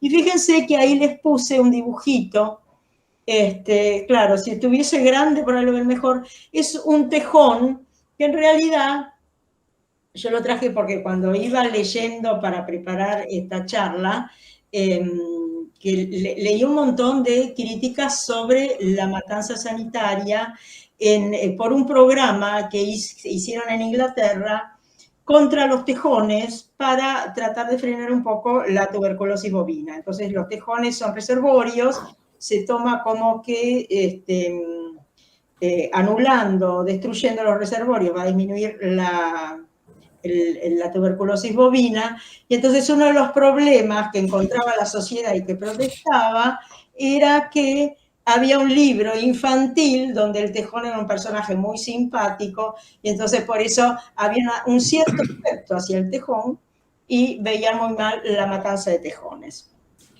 Como para que veamos hasta qué punto la sociedad toma argumentos que nosotros no tendríamos, no los tomaríamos nunca. Esto es lo que hace la ética reflexiona sobre algunas conductas considerando los valores, pero fíjense que estos conceptos son intrínsecos al ser humano, no es que nosotros estudiamos para pensar si algo es bueno o malo, no, nosotros lo tenemos incorporado desde que somos chicos, forma parte de nuestra condición humana. ¿Y qué le aporta la ética al bienestar animal? Bueno, una mirada diferente. Así como la ciencia al bienestar animal le aporta conocimiento verdadero, conocimiento justificado, y la parte legal le aporta normativas que hay que obedecer y con las cuales tenemos que estar de acuerdo, bueno, la ética le aporta el aspecto moral, el valor moral a los animales. El tener a estos animales con valor moral, justamente por esa sintiencia, a nosotros como veterinarios nos hace hacer preguntas que si no los vemos como objetos morales o como seres morales, no nos la haríamos. Como sería, por ejemplo, cómo equilibrar la importancia entre el valor intrínseco y extrínseco en los animales de consumo. Porque no podemos ignorar que son criados con un fin instrumental para el ser humano, pero tampoco podemos ignorar que tienen todo un valor moral. Y entonces, ¿cómo podemos hacer para que el animal, que ya lo sabemos que es un ser sintiente, no pague las mejoras a los sistemas productivos? ¿Cómo podemos tratar de modificar eso? Es un poco el eterno drama del veterinario, ¿no? ¿Qué protejo? ¿Los intereses del animal o los intereses del cliente? Y que se da también en otras situaciones. Y también la ética nos muestra que tenemos que tener un poco la idea del valor moral y de los fundamentos, porque si nosotros queremos mantener el rol que tienen los veterinarios en el bienestar animal, y que para mí es absolutamente fundamental, único e indelegable, entonces tenemos que estar hasta cierto modo empapados de estos temas para ser capaces de dialogar, que nos dé un tipo de fortaleza, un tipo de argumentación distinta. Porque si nosotros con nuestra estructura cuadradita de científicos no tomamos algunas cosas que tendríamos que tomar, entonces nos perdemos y se hace casi imposible el diálogo. Y fíjense con la cantidad de gente o de sectores de la sociedad con la cual nosotros tendríamos que ejercer nuestro rol importantísimo en el bienestar animal. Los consumidores, que son los veganos, los que piden los huevos ¿cómo se llama? De gallinas libres de jaula, la mayonesa no mayo porque no tiene huevos, los flexivegetarianos, los vegetarianos, los que ahora están pidiendo carne de laboratorio, o sea, todos esos consumidores que por razones éticas cuestionan los alimentos de origen animal, nosotros tenemos que entenderle los fundamentos, porque si queremos hablar con ellos, no le vamos a hablar, no, pero la terneza de la carne y la bondad de la cruza de la raza pirulo con fulana. Entonces, eso es importante, nos da a nosotros una fortaleza. Tenemos los extremos, los ambientalistas, los abolicionistas. No sé, ahora estaban amenazando los veganos de vuelta con ir a la rural. Tenemos los requisitos de comercialización que pueden frenar algunas transacciones comerciales por nuestros niveles de bienestar. Tenemos las regulaciones propias de nuestro país, que también nos explicó Débora en su primera clase, donde explica absolutamente bien cómo el veterinario tiene que afectar, tiene que influir, tiene que intervenir en estas regulaciones. Las cuestiones de salud pública. Ahora los veterinarios tienen que dar la cara por las matanzas sanitarias, tienen que dar la cara por la resistencia antimicrobiana. Esos son temas que a nosotros nos tocan muy directamente. La investigación, como nos explicaron fabulosamente Natalia y Marcela, todo lo que se está haciendo, todo lo que se está investigando. Y por supuesto, y yo esto lo remarqué y lo dejo ahí, todas las inquietudes propias que tiene cada uno, ¿no? De qué es lo que estamos haciendo, estará bien, estará mal, cómo lo puedo mejorar, que son personalísimas. A mí me conmovió mucho la charla de Carlos Saumel, porque en algún momento él emitió algunas opiniones y realmente me conmovió el ver que también uno se hace algunos cuestionamientos a estas cosas como van sucediendo. ¿Qué es el bienestar sin la reflexión ética? Es lo que se llama el bienestarismo. Es simplemente ver qué puedo hacer para que el animal produzca más y esté bien. Como generalmente cuando está bien, produce más, va todo bien. Ahora, si para que esté bien yo voy a tener que buscar el cruce entre la curva de productividad y la curva de bienestar, bueno, no, yo voy a tirar siempre para la curva de productividad. Porque sin la reflexión ética, el animal es una cosa instrumental, es un recurso, es una maquinita de hacer carne, leche, huevos. Y yo iba a terminar la clase ahí, pero dije, no es justo, porque acá hay que ver la contrapartida. ¿Qué es la ética sin los conocimientos de bienestar animal? ¿Qué es lo que pienso yo si no recibo todo lo que saben ustedes del bienestar animal? La ética es una ética vacía, es una ética inútil, árida, si no tienen los conocimientos de bienestar animal que todos los que están trabajando, y que yo siempre me pongo muy contenta porque veo que hay un montón de gente que está trabajando en eso, todo lo que se está trabajando en el tema de bienestar animal.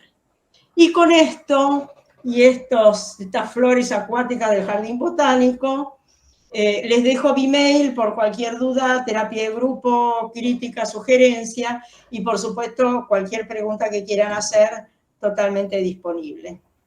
Marcelo, muchas gracias. Realmente esto ha sido la frutilla del postre de todas las charlas que te precedieron. Y creo que tu última reflexión de que no hay ética sin bienestar, no hay bienestar sin ética, resume y atraviesa horizontalmente todo lo que se ha expresado en estas conferencias. Yo creo que el cambio de denominación de la OIE, de Organización Internacional de Episodios por OMSA, Organización Mundial de Salud Animal, marca una diferencia para el enfoque de que en la salud animal, en una salud, está la salud no solo, digamos, corporal de las enfermedades, sino también en el bienestar. Estamos hablando de un bienestar y también abrir nuestras mentes para pensar con estos conceptos que expusiste excelentemente, que tenemos que salirnos de esa visión antropocéntrica que tenemos del ser humano, del superpredador de la cadena alimenticia. Si vos mostraste el león que se valió del cervatillo dentro de las reglas de la naturaleza, pero también nosotros estamos imponiendo reglas.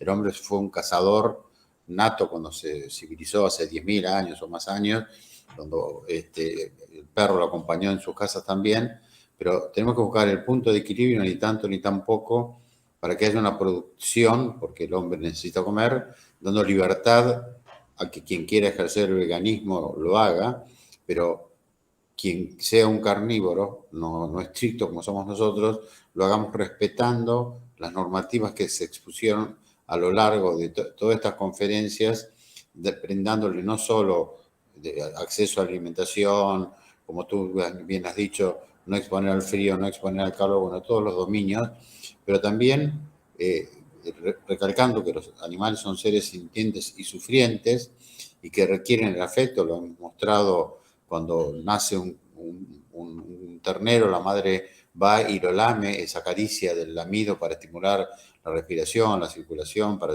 estimular a que se pare en sus miembros. Lo mismo pasa con un potrillo, pero también está demostrado en la productividad lechera, por ejemplo, que permitir que los animales se froten con esas pelotas, con extremidades como dedos que lo acarician, o que los cerdos tengan actividades lúdicas, mejoran la productividad.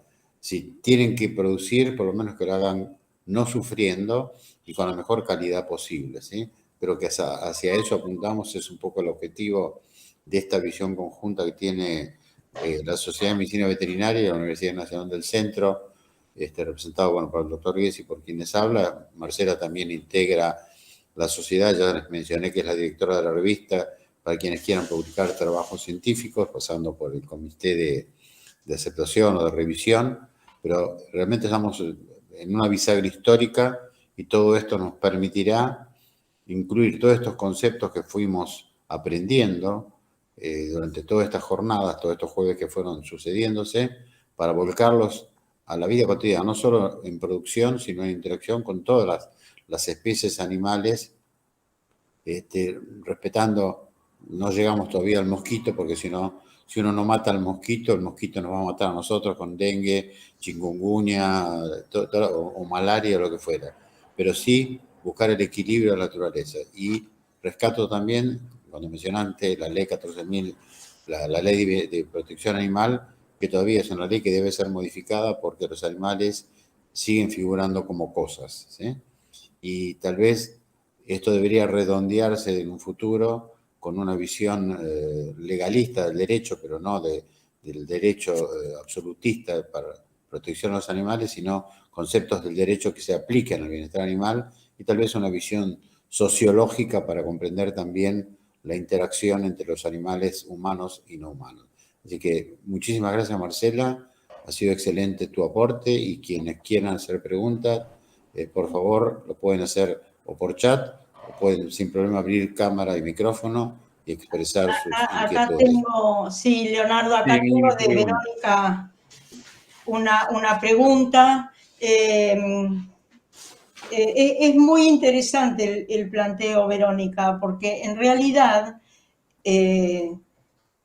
nosotros no podemos sacar a la producción de animal de lo que sería el sistema comercial.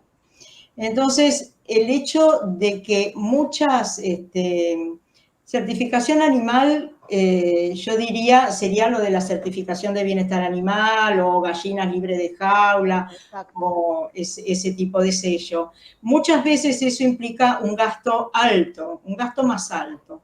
Entonces, ¿qué sucede? Sucede que, supóngase, yo soy productor y el consumidor me dice, vos tenés que tener las vacas, no sé, no hagas destete temprano.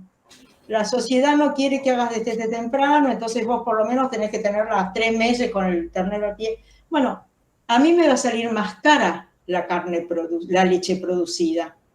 Entonces, lo que es justo, o sea, darle a cada uno lo que corresponde, es que aquel consumidor que está exigiendo una leche de mayor calidad, o aquel que elige comprar esa leche del ternero que se destetó a los 3 meses, sea capaz de pagar más por eso, porque es lo que le pasa al productor.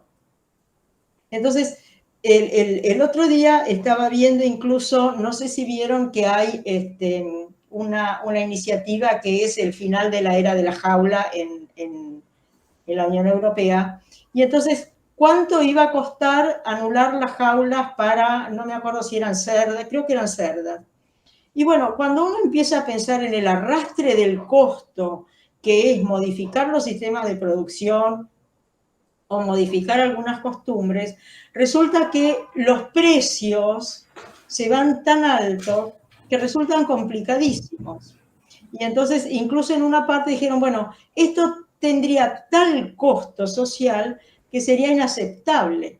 Habría que dar mucho tiempo para poder darle créditos a los que tienen que liberarse de las jaulas, darle tiempo, etcétera, etcétera. Así que sí, yo creo que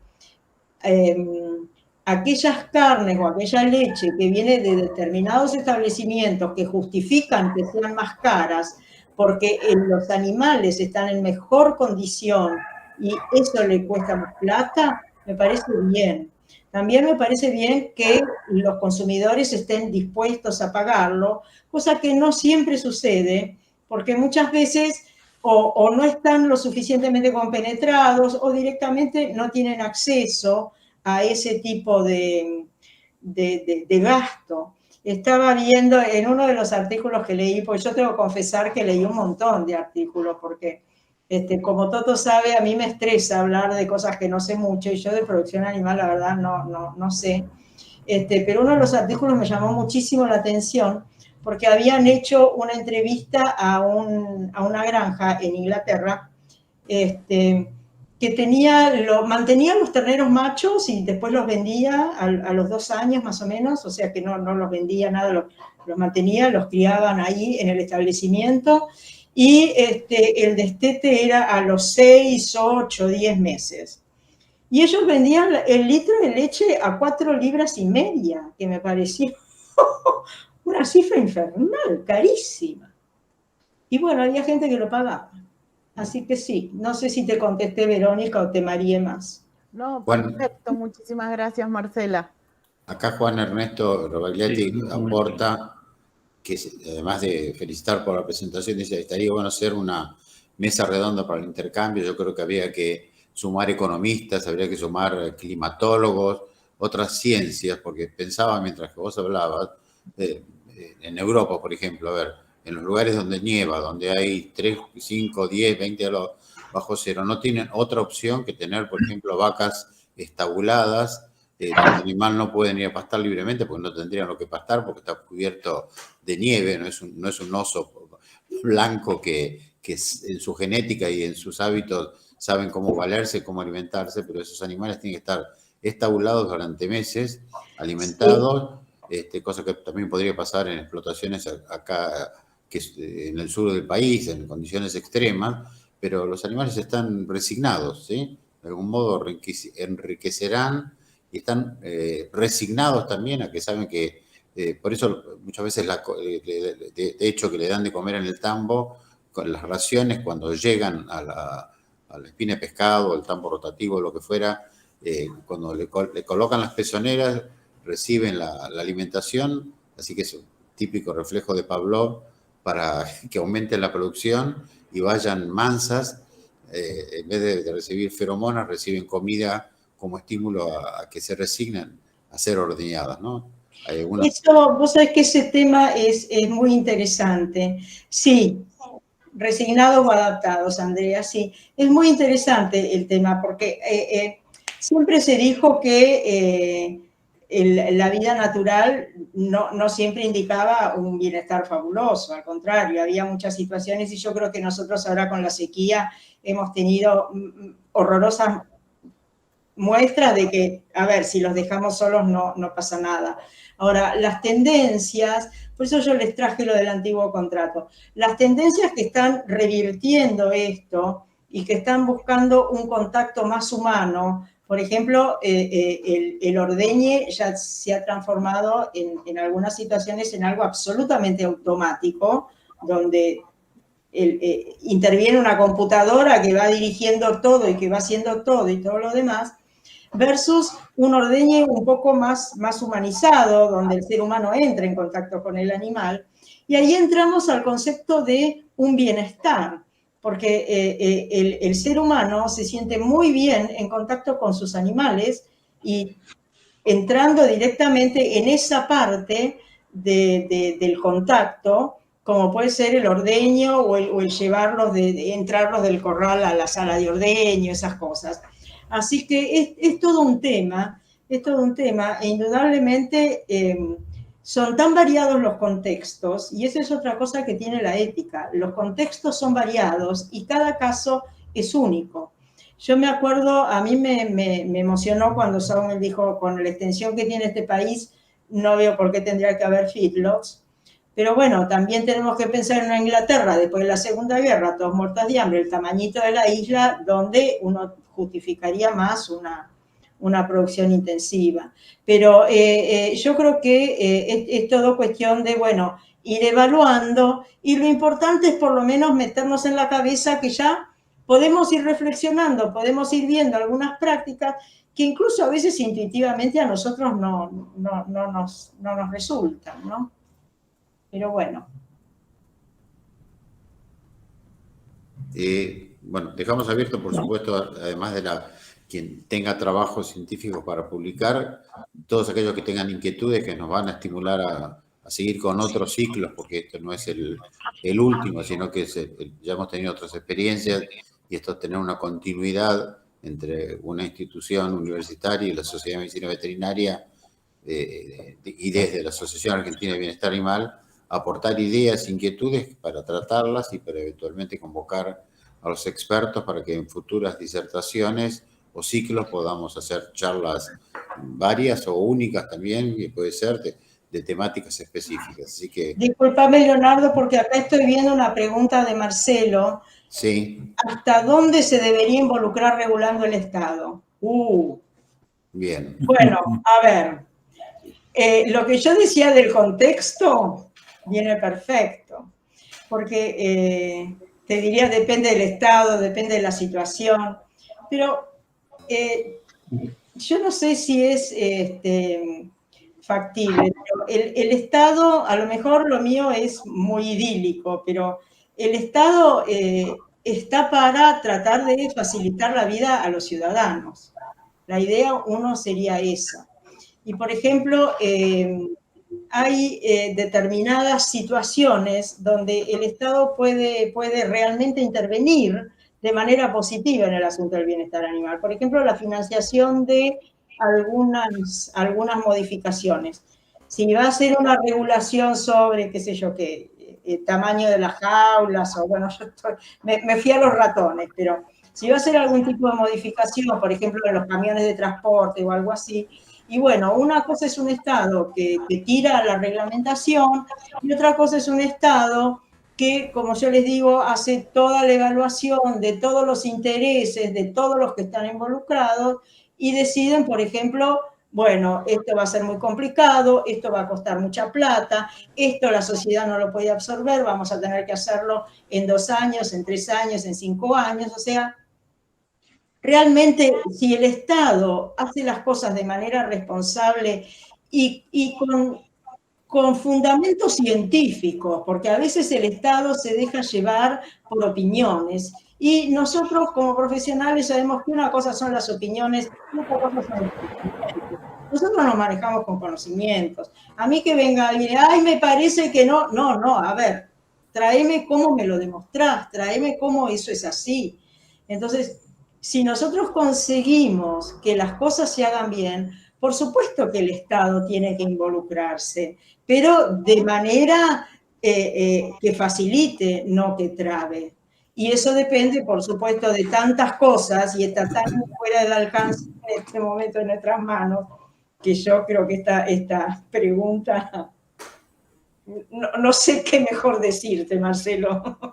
El Estado, Marcela, debería existir desde el poder legislativo, con el aporte de los legisladores para que dicten las normativas, para que se respeten, ¿sí?, de bienestar animal, de maltrato animal, etcétera, etcétera.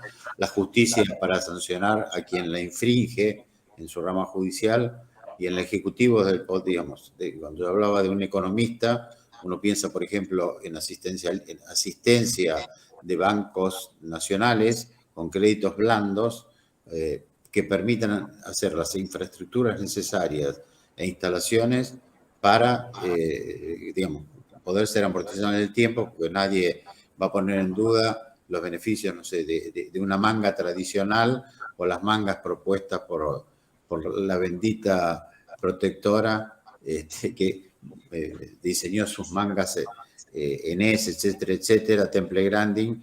Esas modificaciones cuestan plata, ¿sí? Pero bueno, ahí el Estado puede ir con créditos que a la larga van a traer un beneficio, no solo en el bienestar, sino en una mayor productividad, mejorar la calidad de las exportaciones, un reconocimiento de los mercados internacionales que pagan un sobreprecio por tener animales de producción con bienestar animal, ¿sí? Leonardo, Sí. Déjame decir Sí, dos cosas. Quieran, por favor. No, primero agradecerle a Marcela por la disertación, no es que sea excelente, sino que ha sido refrescante. Nos ha puesto un poco a todos, nos ha hecho volver a los orígenes del tema. Y yo cuando propongo que sería bueno hacer una mesa redonda para un intercambio, estoy pensando en la diversidad enorme que tiene el tema del mal llamado bienestar animal. Yo creo que siempre tenemos problemas semánticos nosotros, ¿no? Pero no me voy a explayar por ese lado. Pero digo, las implicancias de lo que el mundo está viviendo en cuanto al cambio de la relación humano-animal y el utilitarismo o el abolicionismo, pasando por todas las variantes que bien relataste vos, Marcela, no sé si estamos conscientes del cambio que se viene, que se avecina en el mediano o en el largo plazo, pero que se va a producir sin lugar a dudas. Y yo, en todo caso, y para terminar y dejar, si se pudiera, armar verdaderamente una mesa redonda multisectorial, no solamente de veterinarios, evidentemente, sino porque las consecuencias de estos cambios van a tener sobre la sociedad global, van a ser tan manifiestos, tan grandes, con tantas repercusiones, que va a trascender absolutamente las capacidades de acción que tenemos los veterinarios. Yo tuve estas discusiones, empecé a trabajar en bienestar animal hace unos 20 años y a los 4 o 5 años, mi hijo menor, sin ninguna relación con eso, se convirtió en el peor de los vegetarianos. Es decir, el vegetariano fundamentado. Entonces, imagínense, padre veterinario, que se dedicó toda la vida a convertir animales en alimentos, las discusiones que se producían y el nivel que llegaron a tener, que trascendieron lo interesante para convertirse en algo realmente cuasi científico. Claro. Porque por una manera, una deformación personal, mi hijo no habla si no tiene fundamentos y a mí me pasa algo parecido, entonces nos dábamos con todo. Y la verdad que fui perdiendo cada vez más terreno en esas discusiones. No llegó a convertirme en vegetariano, pero entendí la óptica de él, de un ser humano preocupado por la salud de los animales, no por la propia, no un vegetariano porque quiero comer verdura porque me va a favorecer el cutis. No, era por la salud de los animales. Sí. Entonces, mis argumentos eran cada vez más flacos. Por eso digo que el cambio, la tendencia ya está lanzada, incluso en estos 15 años ha cambiado muchísimo.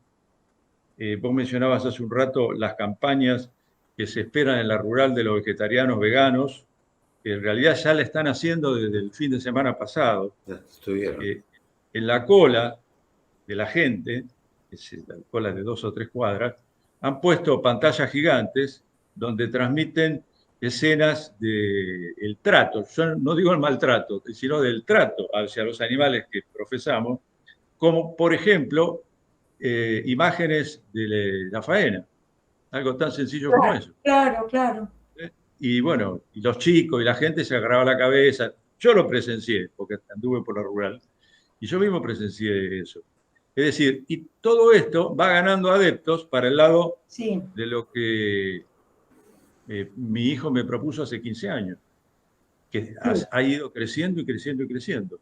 Bueno, la hago corta, la termino acá. Por eso me resulta muy interesante sacar el tema de bienestar animal del ámbito estrictamente profesional veterinario para pasarlo a todas aquellas profesiones que van a tener implicancias, que van a tener que analizar, incluso prever, si se pudiera. Yo creo que es imprevisible lo que va a pasar, pero trabajar para un futuro que se viene, seguramente se viene, porque el cambio va a ser grande y va a repercutir en todos los niveles. Bueno, gracias. Muy interesante lo que comentaste. De hecho, una preocupación mía es justamente ver si puedo llegar a los veterinarios con esto de la ética, porque se viene un cambio, estamos siendo muy criticados, estamos siendo muy cuestionados y nosotros no nos podemos cerrar en nuestros conocimientos de antes que nos dicen que todo estaba bien. Pero a mí algo que me preocupa muchísimo es que el veterinario no ocupe su espacio.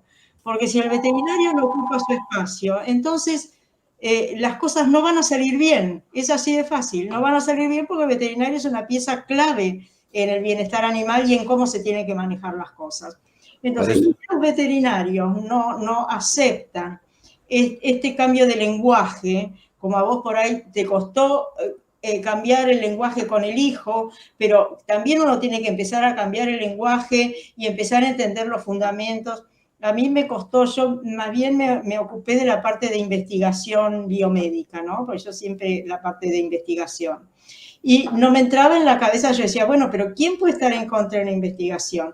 Y la gente que piensa que la investigación que se hace con animales está mal hecha y no aporta resultados, por supuesto que va a pensar que es una barbaridad y una crueldad espantosa y que somos todos sádicos. Entonces, cuando uno cambia de vereda y llega a ver las cosas diferentes, los aportes y los diálogos son más fáciles y más ricos. Pero los veterinarios no tenemos que replegarnos, porque entonces las cosas no van a salir todo lo bien que podrían salir. Porque, repito, pueden hablar de ética, pero el que conoce a los animales, el que sabe, somos los veterinarios. Hace falta veterinarios que se vean la que se viene, como dijo Juan Ernesto Rebagliati, la que se nos viene.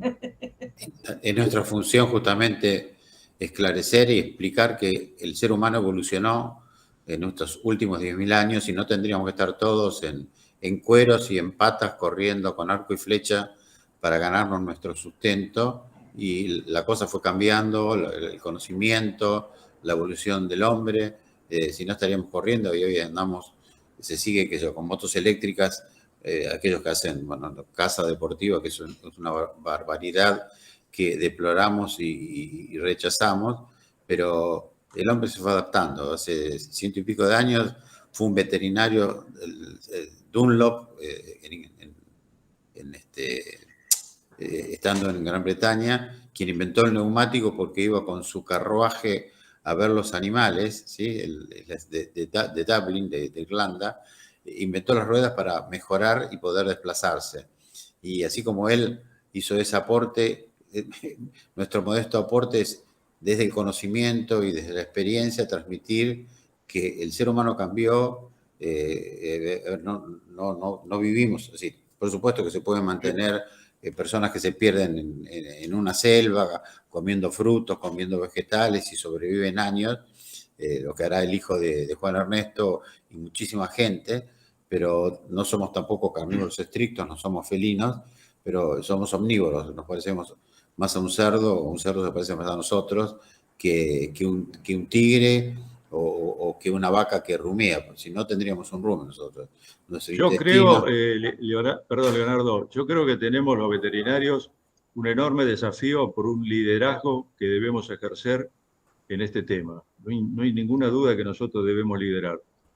Y para eso tenemos que estar imbuidos de lo que bien dice Marcela, y es en inculcarle la ética fundamental para llevar adelante cada uno de los actos profesionales que tenemos. Y después saltaran más allá y analizar el problema in toto, global, y sobre todo hacer un estudio de escenarios futuros.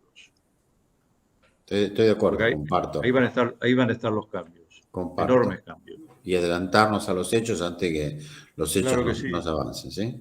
Lo mismo que pasa con el cambio climático, ¿sí? Ya todo lo que está pasando en Europa, preparémonos este verano para acá, porque el Niño va a hacer estragos, así que si no pensamos en eso y no empezamos a tomar medidas desde ya, este verano va a ser uno de los peores de nuestra historia que hemos sufrido hace 2 o 3 años atrás con mortalidad, cuando hablamos de sombras, si convenía rociar los animales, bueno, todas esas cosas que se fueron devanando para evitar más que nada, más que el sufrimiento, las pérdidas económicas, porque la verdad se ha dicho, ¿no? Y ha sido expuesta desde el punto de vista productivista más que desde el punto de vista de bienestarista. Pero bueno, el desafío está abierto, está planteado, la plataforma está, el correo de ASARBA es el lugar de recepción y también desde lo científico en www.someve.org.ar o somevear@gmail.com podemos recibir todas las inquietudes y canalizarlas y tratar de hacer la devolución. Toto tiene toda la base de datos, así que vamos a estar en contacto con eso. Sí.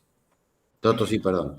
Hay un comentario. Primero, felicitarte, Marcela. Excelente la disertación y te agradezco mucho que hayas aceptado la convocatoria. Es la perra de casa que está meta grita. Hay un comentario de Susana Gil. Dice, en producción de bovinos de carne, el bienestar animal está totalmente incorporado a la red de buenas prácticas agropecuarias y en la mesa argentina de la carne sustentable, es decir, está siendo considerada en la producción animal. Bien. Creo que compartimos eso. Y resta una sola cosa, agradecer a todos los que participaron de distintas partes, tanto de Argentina como de Perú, de otros países. Has hecho una síntesis muy interesante de todas las charlas y conferencias, sobre todo tocando puntos muy importantes. En la ética, por supuesto, estamos todos de acuerdo que puede cambiar nuestra visión hacia el bienestar animal y es muy importante hacerlo desde el punto de vista científico.